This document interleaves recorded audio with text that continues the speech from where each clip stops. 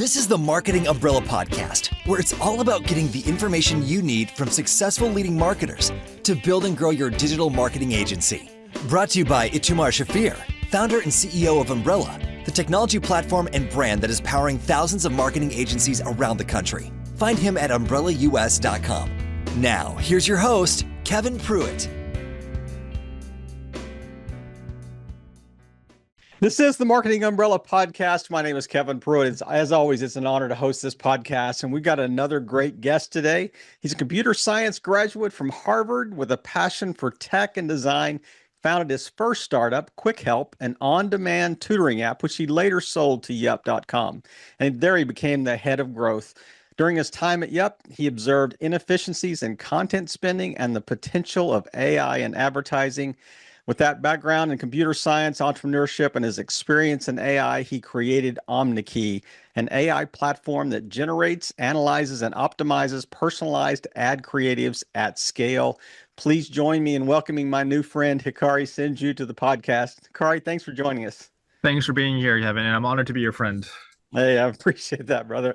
It is. We had a really quick chat and normally we talk about, what the podcast is going to be like, but I just wanted to talk to Hikari about my trip to Japan. So it was great to kind of do that reminiscing. Remember that trip from a couple of years ago. But Hikari, that the intro is so short and so limited. Round it out a little bit for our guests. Just give them a good foundation of who Hikari is.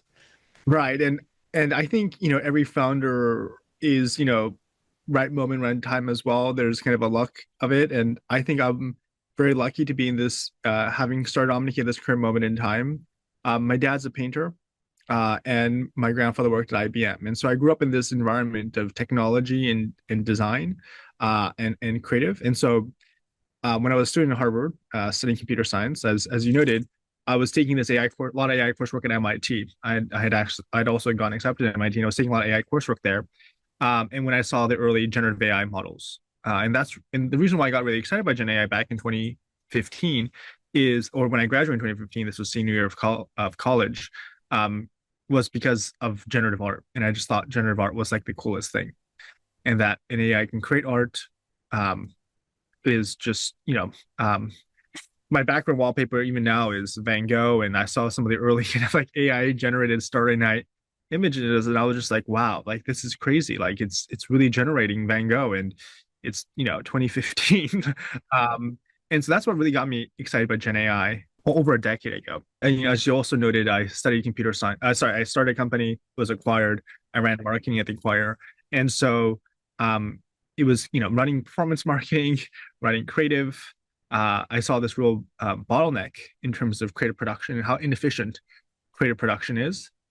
Creative is the most important lever for growth. It's the most important element of an advertising campaign. It's 49% of sales is driven by the ad creative. That's more than the brand, and that's more than the platform that the ad is running on, or the distribution. So, or the medium that the ad is running in. And so, and yet it is the least understood. It's the biggest black box. And so the idea of using AI to A/B test rapidly and turn this art into a science, and have a more of a scientific approach to creative, and building an operating system for creative, that was really the opportunity I saw back in 2017 when I had the idea, and then 2018 when I started the company. And that's when that light came on. Let's talk about Yelp for just a moment. So I'm always curious about what exits look like, and so let's get the time machine and go back a few years ago and say, okay, you're running Yelp and you're thinking, hey, we're getting some traction here. And when did other companies or PE firms or whoever it was that was interested in it, when did they start showing interest in the acquisition interest that's more than just like you're a vendor, you're a partner with us or whatever? When did that interest start, and what was kind of the trigger that they were looking for? Yeah, so I had this company called Quick Help. It was an on-demand tutoring application. It was a chat app for tutoring, kind of like what ChatGPT is today, with homework help. But it was kind of an analog version of that with a human tutor, helping with tutoring via text. I was meeting with competitors as well. So I was aware of competitors. There are competitors in the space. And so Yelp.com was one of the competitors. It was called MathCrunch. I think a little bit, it had just rebranded to Yelp.com. They were venture backed. They had raised more capital than us. And I was and kind of so I kind of met the founder, Naguib Sawiris, kind of like for coffee in San Francisco. Um, and and he offered to buy the company and have me run growth. And so for me, I think it was I saw a lot of synergies working with Naguib and kind of joining forces. And I also felt like at that time I was a founder. I was a founder right out of college. I was founded in college. I felt like there was still a lot for me to learn in terms of running operations, hiring, fundraising, et cetera. And so I really wanted to spend time learning from somebody that was operating at a company that was venture backed and operating at a slightly larger scale than we were. And then the terms were really great in terms of the acquisitions. We, Made the deal. yeah, yeah, decent terms. And so it was a combination of both my growth opportunity and learning, as well as the kind of financial and terms of the deal that made it compelling at that moment in time. And then I was able to kind of slingshot that acquisition into starting Omneky. And now Omneky is obviously doing really well. And this is the company, that I want to spend the rest of my life working on. I mean, this is the passion. This isn't the next step to something else. This is the final step. I love that, the idea that you could recognize so early. You think, I've got some gaps in my skill set. This is a good deal. This may not be what I want to do for the rest of my life anyway. So, it's an opportunity. It kind of, all these converging, I guess opportunities. So it's kind of like that aha moment you had. So what were some of the things that you learned from the founder of Yup that you're not actually putting into practice today? I mean, so he's very good at fundraising. He raised a much larger round in ed tech is very competitive and it's very hard to raise money in ed tech and it's really hard to make money in ed tech. And so just seeing him develop relations with investors, raise money, he's very skilled at building a team and hiring people and delegating, determining and deciphering talent. Good qualities. I mean, I think, being a founder, it's you got to be the best salesperson, you got to be the best marketer, you got to be the best fundraiser, you got to be the best at operations and cash management. You got to be the best at product and engineering. Jack of all trades. You got to be good at everything because you have to manage the people. Either you're doing that yourself or you're managing somebody who is better at it than you are. And so that means you need, number one, be at a certain awareness of what good looks like. And then be able to trust somebody else with that responsibility, or do it yourself. And so, yeah, I mean, I think just as a as a college kid, there's starting a company, there was just a lot of gaps in terms of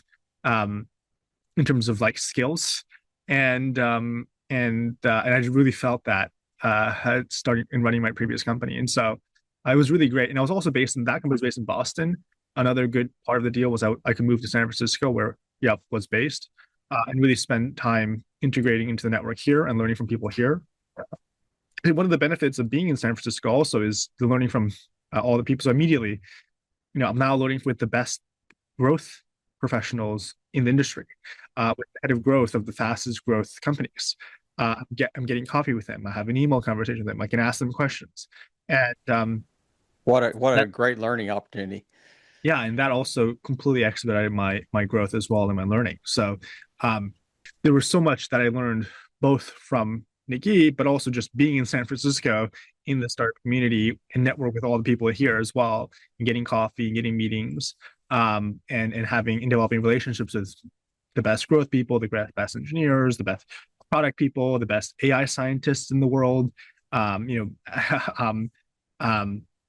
AI engineers in the world and AI researchers, because that was a big, actively kind of joining those communities as well in the Bay, and joining those meetups and hacker houses and hangouts and hackathons and learning from that as well. And so just being part of the milieu of Silicon Valley, was an expedite and continues to be an expediter in my learnings and growth.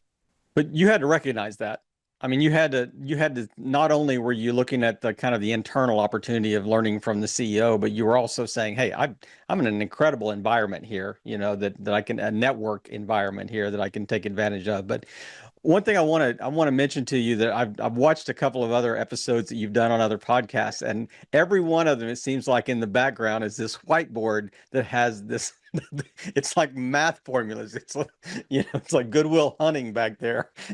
I mean, I love the. I'm a whiteboard guy. I love whiteboards, and if my office was one big whiteboard wall, it would be full of notes. But yeah, I appreciate the genius of, of whiteboards behind your head there. We're an in-person team. We're 5 days a week in person in the office. And I think the whiteboard is a great tool for discussing ideas and ideating and really viewing and seeing the problem kind of in a very holistic way, and connecting dots in ways and kind of connecting disparate ideas together, and just having it written down and kind of seeing the problem in unique ways and kind of displaying and visualizing those problems um, and architecture around solving those problems as well.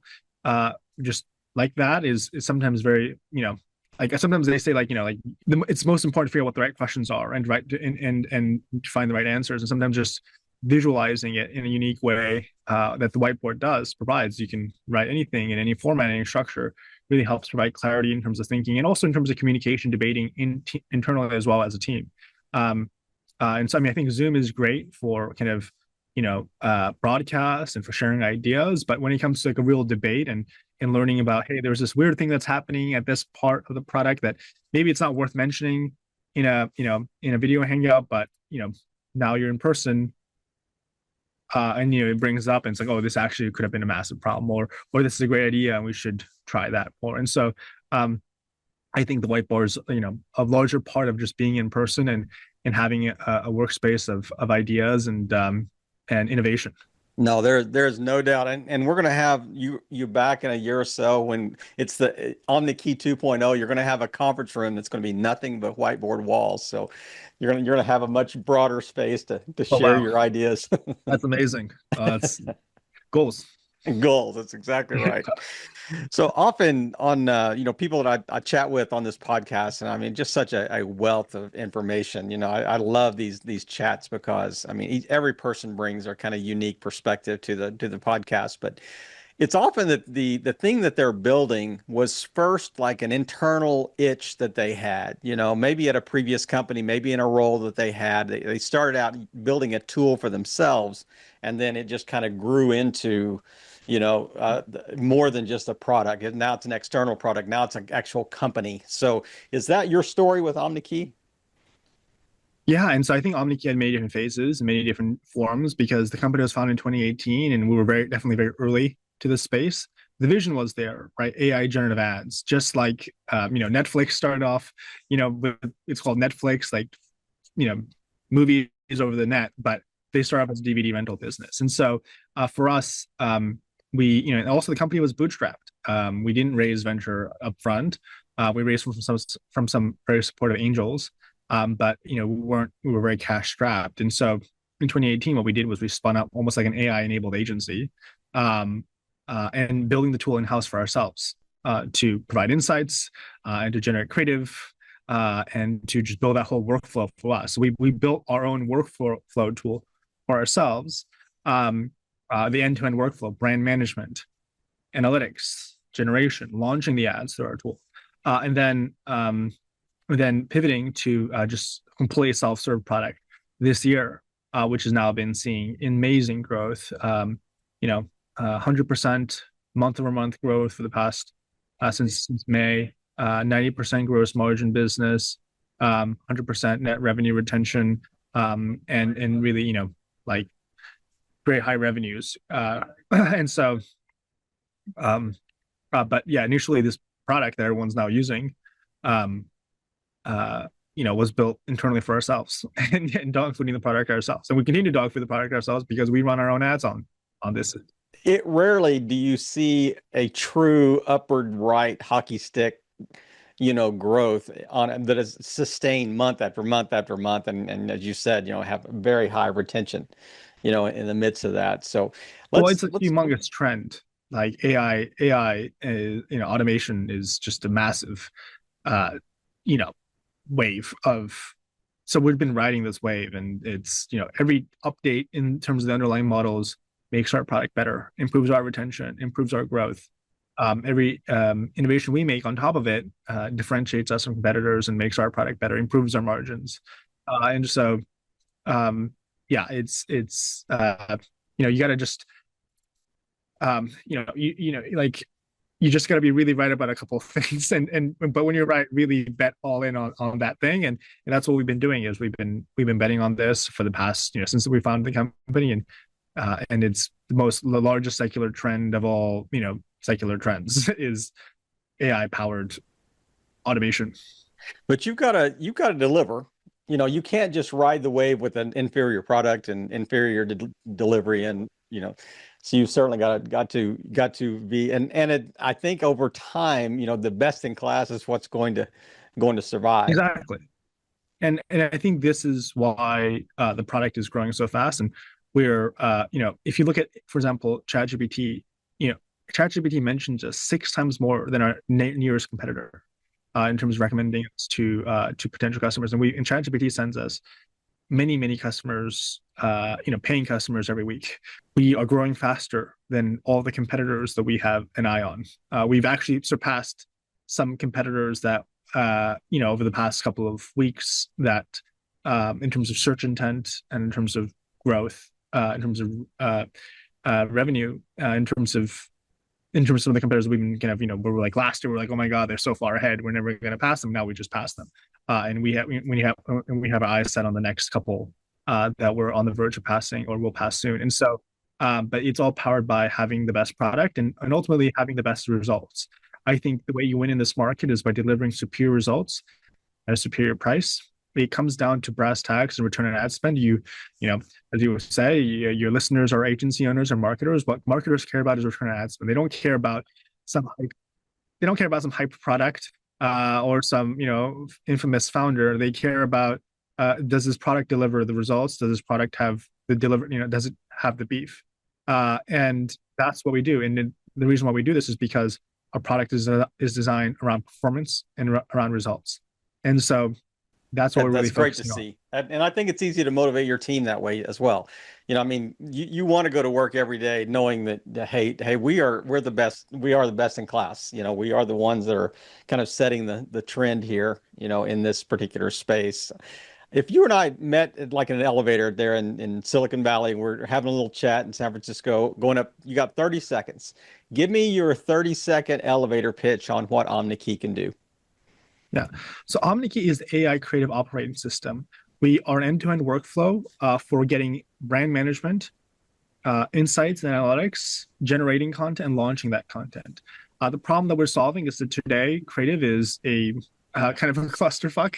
It's whipping back and forth Photoshop files over SharePoints and approval dashboards, and then stitching together some analytics products separately.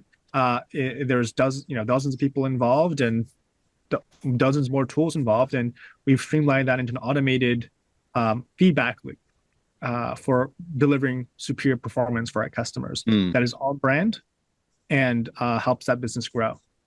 And an easily discernible ROI. An easily discernible ROI, and this is why we do a 7-day free trial. Anybody can sign up for our product for free for 7 days, and our conversion rate from free trial to paid, even though our pricing is something slightly more, it's $99, which is I think pretty accessible for almost any business, but still, there are cheaper products out there. Our conversion rate from free trial to pay is substantially higher, multiples higher than the kind of median benchmark conversion rate from free trial. So we have a very high conversion rate. We have very high retention rate, and again, the high margins. 90% gross margins also reflects, I think, unique value that our product provides on top of some of these generative AI models. Pricing is always an interesting conversation. I mean, how to price your service. And so I know that, initially you want to price it where it is attractive and it's accessible, to, a wide range of people that might need this service or whatever. But at some level, do you look at it and you think, man, we have such a high conversion rate. We have such a high retention rate. Are we priced too low? Should this be $200 a month versus $100 a month, or should this be, and how you kind of internally think, how many customers would we lose if we doubled our price, overnight? And that actually just doubles revenue, in just like the stroke of a key. So what are those internal discussions that the companies like yours have? Yeah. So, um, I think it's a combination of scale versus, I guess, like price. Like you get more scale, Yeah. with lower price. And I think right now we're at the market share winning stage of the Hmm. industry. Yeah. This is the moment we've been waiting for and biding our times is when this technology would arrive. We kind of identified that this moment arrived when in terms of AI generating creative at a higher quality than the average designer, at least when in terms of graphic design, in terms of images. Hmm. And so now it's a game to win market share. And so we're more focused on market share and winning customers and winning customers from our competitors at a slightly higher price, by the way, than some of our competitors, over margins and over improving that kind of like we're more focused on growth at this All stage. right. I think there will be a time when we focus on what you described, but for now, we think it's a land grab. We think it's a winner take most market, That's a good way to describe that. and this is the moment we've been biding our time for many many years, waiting for this moment, laying the groundwork, building the brand, getting these LLMs to recommend us at a 6 times higher rate than our competitors, getting our traffic, getting all the data, building the workflow product, and having clarity in terms of our differentiation and product roadmap. Hmm. And so yeah, we're focused on growth. I love the TV show Shark Tank, and I know that's it's like a bad reality show for for the entrepreneurial space. But it's interesting when you look at it, they talk about what's the total accessible market or total addressable market or total market that's available out there. So, but actually yours is almost unlimited. It's really any business that would need any Well, kind yeah, of but even that generative has a tab. content, Yeah, I mean, so there's $1 trillion spent on advertising every year. Um, and then there's probably I would think another $1 trillion associated with the labor of the running those ads. So the creative Mm, labor, the media buying labor, the analytics and data, and so, um, um, yeah, it's a truly massive market, and this is why, um, and we kind of identify this, 2017, 2018, this is going to be massive. Like Gen AI yeah. is going to automate media buying, it's going to automate ad creation, it's coming, and we want to, and it's going to be $1 trillion opportunity. I mean, this is, you can look at our deck from 2018, 2019 when I was trying to raise angel money. That's, and we like very clearly it's written out in terms of our, you know, pitch to investors, and that we want to be the first out of the gate, or definitely in a pole position out of the gate when that moment Yes. arrived. And so, um, yeah, the last couple of years, really, or the past many years, since founding the company, was us just laying the groundwork, build, so that we can catch this. It's when you see a swell coming and you're surfing, you got to paddle really hard to make Yeah. sure you catch and it's just, and so yeah, I mean, it is people say AI automation is larger than the internet, Hmm. um, in terms of in terms of secular trend, and so it is the mega trend of mega trends. And you're out there in the middle of the ocean with the board. Just hanging on for dear life. I love it. I want you to prognosticate a little bit, look down the road, 3 to 5 years, which, an AI calendar, that's like an eternity. But what's it going to look like in 3 to 5 years? And how are you kind of preparing for that? Because, if you're resting on your proverbial laurels here and you're going, hey, we're good, we're doing a really good job, but 3 years from now, it could be a completely different landscape. So what are For sure. some things that are going through your mind that you're thinking, this is what we've got to put in place today to be prepared for 36 months from now? Well, so my grandfather worked at IBM, and then he was working at Compaq after that. And so he'd always say the world changed every 6 months. Mhm. And so, like, Like and Moore's one of my law or favorite, something like that. yeah, Moore's law, Yeah. exactly. But this is like, faster than Moore's law. Um, I think there's like Jensen's law now that's like, some accelerated version of Moore's law. But also, like, one of my favorite books is The Soul of the New Machine.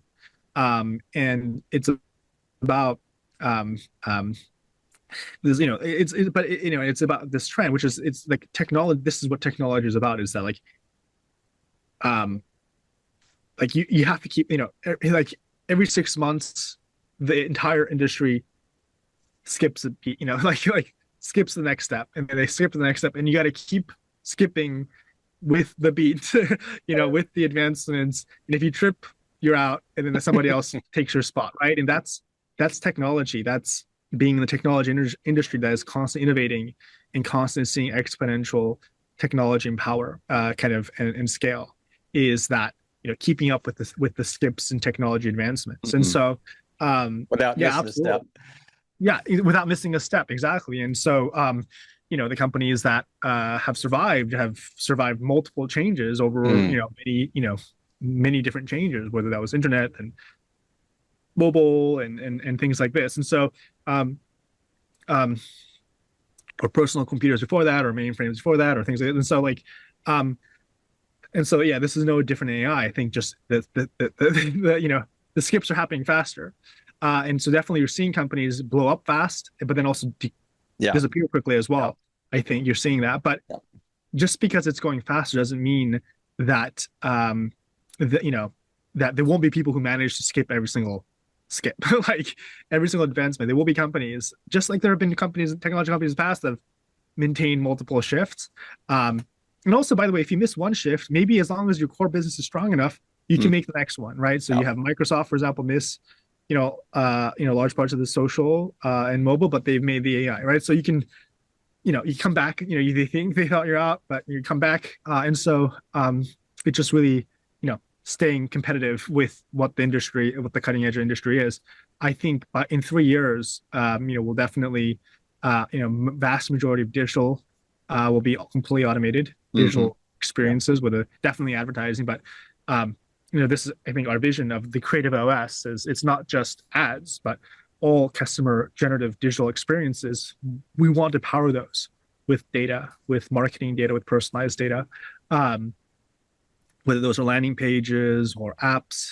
We want to power that as well. And so that's kind of what we're focusing on, and Hmm. kind of the path that we're following. Um, but yeah, it's Crazy times. So it's the Wild West. It's the Wild yeah, West of tech, and exactly. Well, I you want mean, to be an Apple in a world of HPs. yeah, I mean, I think a large part is differentiating and how to keep build, having unique differentiation, and a unique brand also that represents this, really high quality Mm. product. Um, and yeah, I think San Francisco has always been a gold rush town. It's always been a boom and bust town. And so, the culture is definitely that of risk taking. I am. It is crazy, and it's hard for an old guy like me to keep up with the constantly changing, trends that are for. But it is such. It keeps me young to try to keep my finger on the pulse of things that are happening in that space for sure. But I think, even as the technology is rapidly changing, certain business fundamentals don't change. Yes, And so I you are so think right. sometimes, the young generation of entrepreneurs today, they're a little too obsessed with some surface level things, Mm. but they're not as grounded in the fundamentals of business. And you see them come and go. And so I do think that there is an advantage in being older and being a bit more wise in terms A of little seasoned. business fundamentals. Yeah. And I think there is an advantage there as well. No, there's no doubt about it. No doubt about it. As I look at kind of the landscape across, the world and in the marketing space, I'm curious to get your thoughts on this. Do you see companies doubling down on internal marketing departments, or is it easier just to outsource that now because it is such a quickly changing landscape, or is it some combination of the two? Well, I think in-house marketing has been another big secular trend, and this is partly powered by cable cutting, from over a decade ago. And so this is also actually part of the original pitch deck as well in the 2017, 2018 era, is um, marketing is moving in-house because of cable cutting. Historically, you relied on agencies because ad agencies were the only way you could get your ads on TV, Hmm. um, and that's what drove the rise of these holding companies. Yep. Um, but now all media buying is self-serve. You can buy television ads Right. directly. Anybody can go Right. buy television ad Yep. just through the internet. You can buy obviously search ads and social media ads completely self-serve as well. And so, Not just the uh, standard networks anymore. yeah, exactly. There's no gatekeeper for buying media like there used to be. And so, well, then if I can just buy media myself, then why do I need to pay a 20% fee to some ad agency Hmm.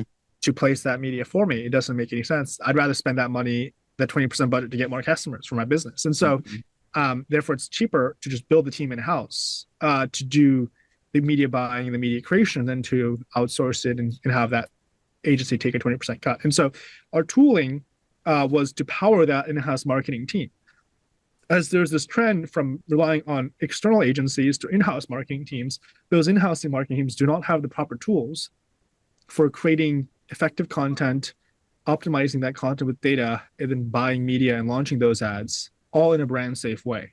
Yep. And so Omneky has been riding that, in-house marketing team trend, and because, yeah, even today there aren't really great tools for that in-house marketing team Hmm. to manage that end-to-end workflow when it comes to advertising creative and advertising and marketing in general. Yeah. Yeah. There's no doubt. Do you look at OmniKey? Do you see that their kind of USP or their most important feature would be in the creative side or in the data analytics side? Yeah, so I think, there's, what we say is you come for the creative and you stick around for the workflow. And so I think first and foremost, it's absolutely critical that we generate the highest quality ads that are Hmm. brand safe. And so I think when you see when you try our tool, when you generate ads with our tool, and you create accounts in some of our competitors' tools, and you generate ads on those platforms, you will see for yourself that the artistry of our creative is substantially higher than any of our competitors. And that comes from my background, being the son of an artist. Every weekend, you know, spending time with my dad at his art studio, or going with him and the family to art museums, Hmm. or art galleries or art shows, and just developing an internal critique on effective, if design, like just Yeah. what makes great, beautiful art. It's composition, it's balance, it's font, it's Just the texture, aesthetics. Yeah. it's the aesthetics, and it's hard to kind of put into words, but there is a certain sense you develop regarding visuals and Mhm. graphic design. So that's first and foremost, and people aren't going to sign up for our tool as long as if we generate shitty creative. Mm. So, but then the second component is the data-driven workflow. Okay, great, we got some pretty ads, but now do they perform? Do they actually drive real results for your business? And we know that retention is driven by delivering the results. So, and so therefore, in terms of acquisition, we need to generate high quality ads. That's how we get customers in the door. That's how we get customers to convert. That's how we get customers to sign up. We retain that customer by having a really fully featured workflow that actually Hmm. drives real business performance for that business. And that's really where the workflow is important. The brand safety component, the analytics, the iterations based on insights, the scaling of the ads across different advertising platforms, transferring insights across platforms, um, and orchestrating that creative across different customer touch points. Right. That's going to drive retention. And so we're seeing both product is seeing both high growth and high retention. So I think we continue to do a decent job in both realms, but it continues to be a competitive landscape, and so we have to continue to innovate and build better products in both these areas. I love the way you describe that because I asked you a very specific question and you answered it in such a way that you just said both. You know, and Yeah, here's why. sometimes That's it's right. All of the sometimes above, that's and here's why. yeah. It is such an interesting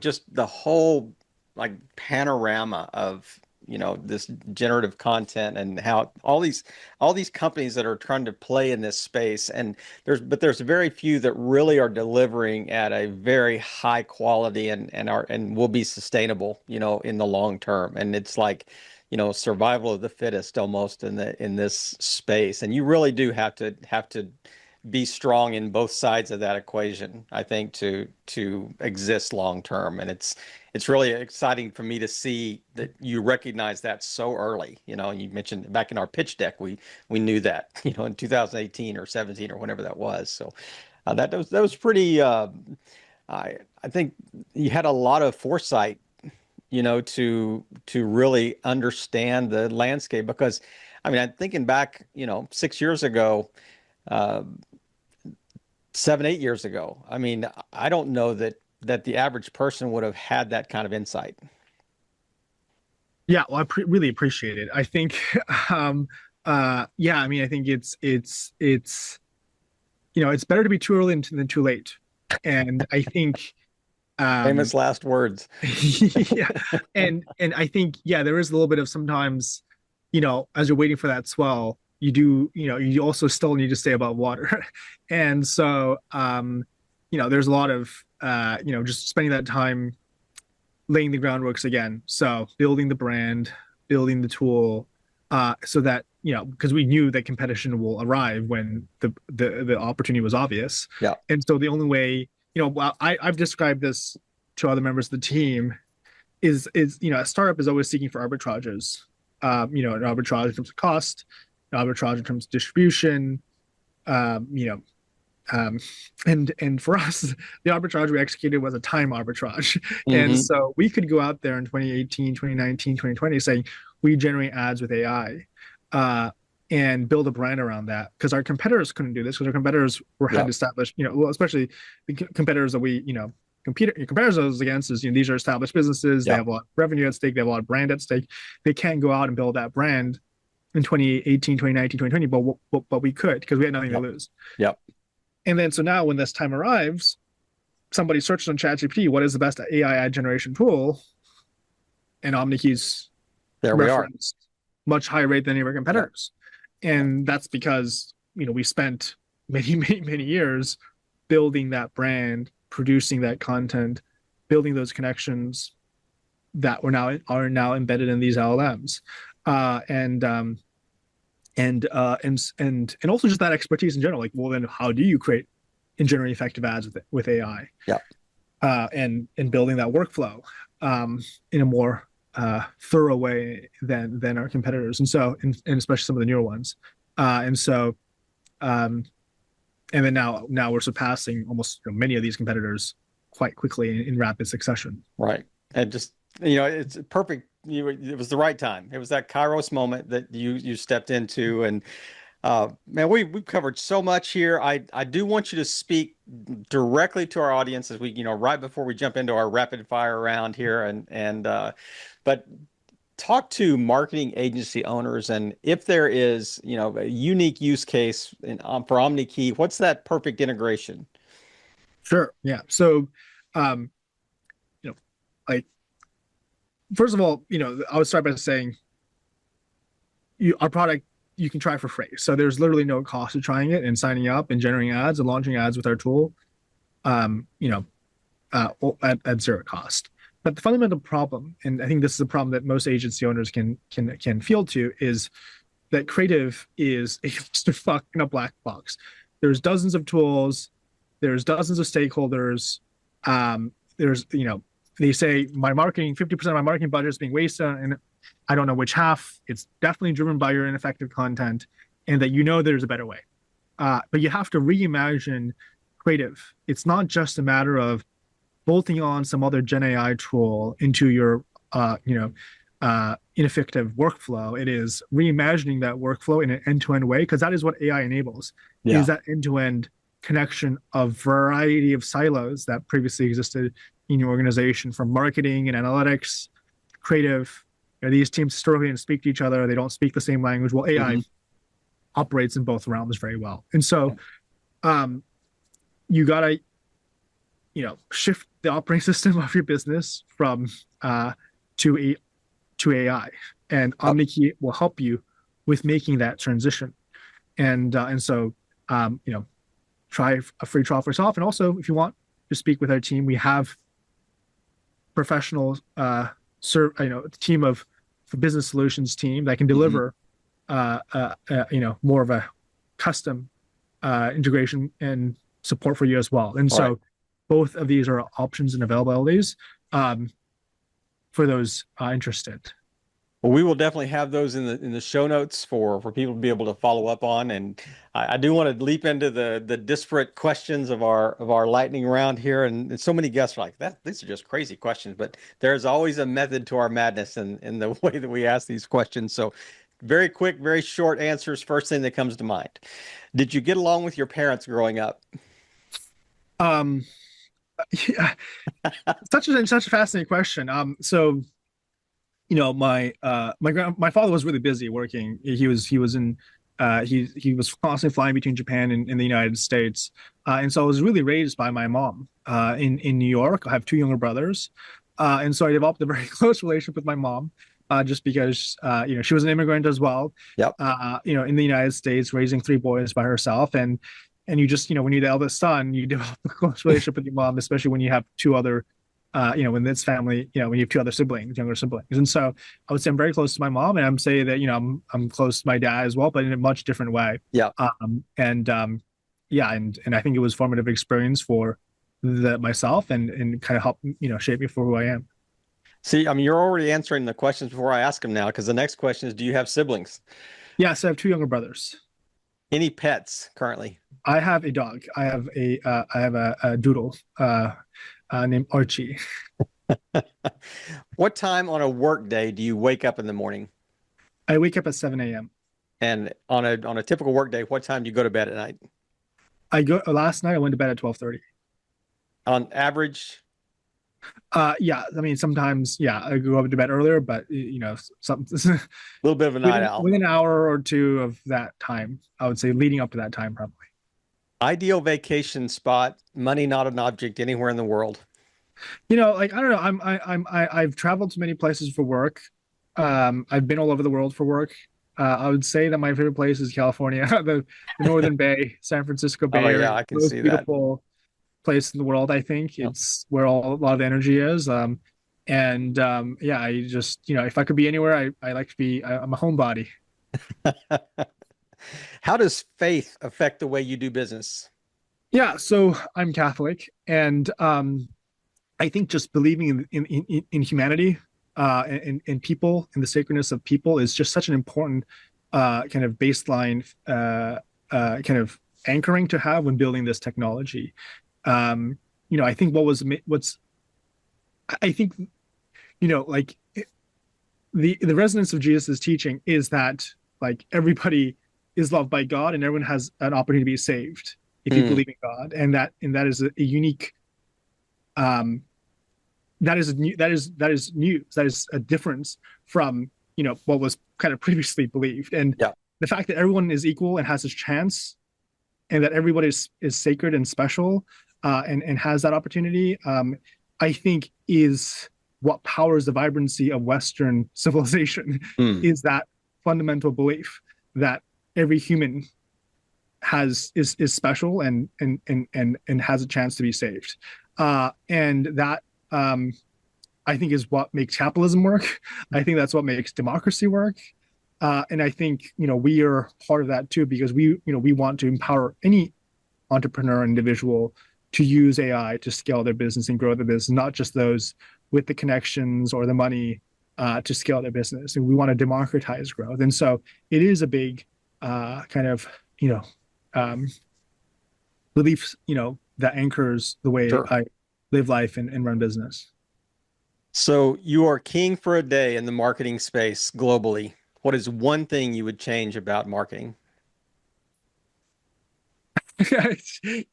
um, yeah, like this will be selling my book, but like obviously, switching everything to more data driven system, and switching to an operating system that actually delivers results to marketers. Preferably omni Measurable results. platform. Yeah. Yeah, like stop wasting money on ineffective content, and wasting resources on silos and ineffective organizations, and let AI help you deliver better results through more effective creative workflows. Hikari, what a great chat today. Thanks for taking so much time. I know you've got a million things that you've got on your to-do list every day as trying to run this company, but just really appreciate you taking time, just sharing your expertise and story, and just really helping marketing agencies grow and scale their businesses through great content. We really appreciate it. Have a great afternoon. Thanks again for joining us. Thank you, Kevin. Thank you for tuning in to another great episode of the Marketing Umbrella Podcast, where we provide the information you need from successful leading marketers to build and grow your digital marketing agency. To learn more, go to umbrellaus.com.